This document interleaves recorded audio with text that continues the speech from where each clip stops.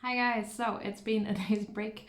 I had to catch up a little bit with the 21-day Teacher Entrepreneur Challenge, but today I'm back with information for even 2 days. All right, I decided to make one video for 2 days because the content and the idea kind of revolved around the same topic. So day 13 was all about Facebook marketing. Now, I don't know if you're still using Facebook. When was the last time that you actually logged in? Did you think that it was dead? Yeah, I part of me thought, is this really necessary? Is Facebook still a thing? But what I've noticed now that I'm spending more time on Facebook again, because that challenge runs through Facebook, I can see that there are actually a lot of business pages and business groups.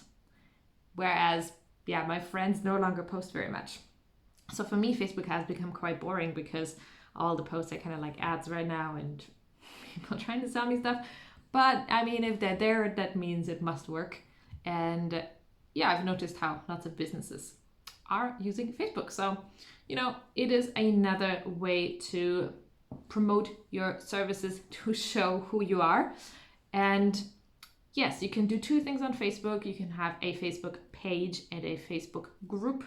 A Facebook page is a bit like an Instagram profile where you can just post different things, and then a Facebook group is a bit more of a exclusive community for people.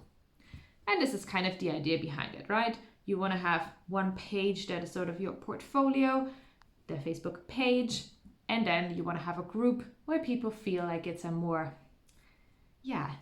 exclusive community, right? Where you can connect and where you can nurture better with these kind of people. The Facebook page to me makes me think of Instagram, and you can post posts from Instagram directly onto your Facebook. So in a way, I think it would be a good idea to just, recycle and reuse content, because reusing content is very important. I have learned this already before in another training, but I've heard it again.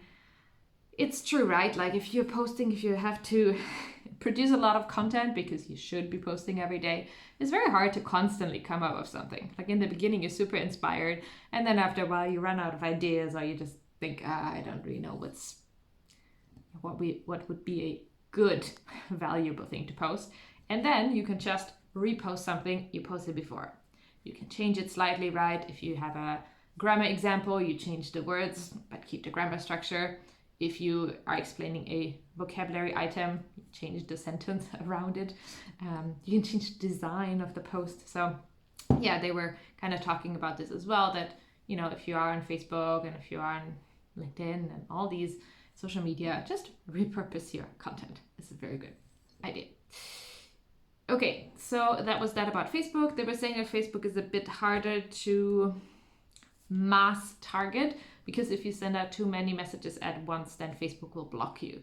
So whereas on LinkedIn, I think you can send quite like dozens of messages to people and nothing will happen. Apparently Facebook will block you. So it seems to be a bit harder to get in touch with people.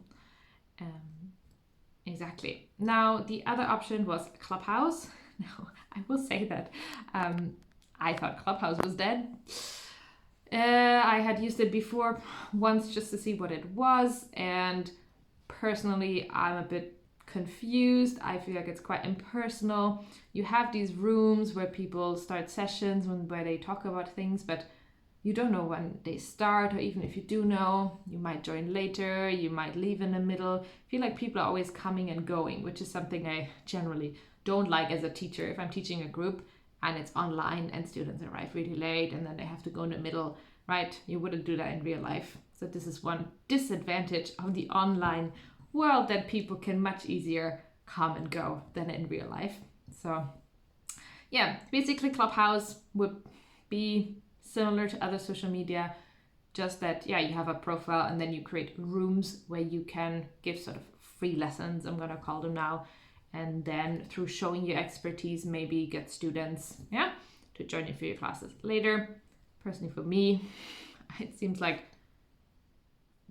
I don't know, it doesn't seem for me as I said, I don't like the structure of Clubhouse personally, and it seems too messy. And I think if I'm teaching business English, I want to be quite strategic and structured. So for me, Clubhouse isn't interesting. I don't know if any one of you has tried Clubhouse. Leave me a comment. I would love to hear what your experience was like. And yeah, this was day 14. This is the end of the second week, and now we're getting into week 3. I can say that, yeah, it's been pretty intense, especially the last few days. I was getting quite tired of, working on this every single day with your regular life happening around you, trying to squeeze it in, even if you have things to do over the weekend. But yeah, it is good that you're doing something every single day. It keeps the momentum and it keeps you up, yeah? It keeps you to keep the pace. Anyway, thank you for watching, and yeah, see you tomorrow for the start of week 3. Also, if you haven't, you can subscribe to my channel. Leave me a like so other people see it. You can share it with friends. Again, I'm hoping to inspire people or to inform people with these videos on what it's like to go on this journey. So yeah, stay tuned, and I would love to hear from you in the comments. Thank you.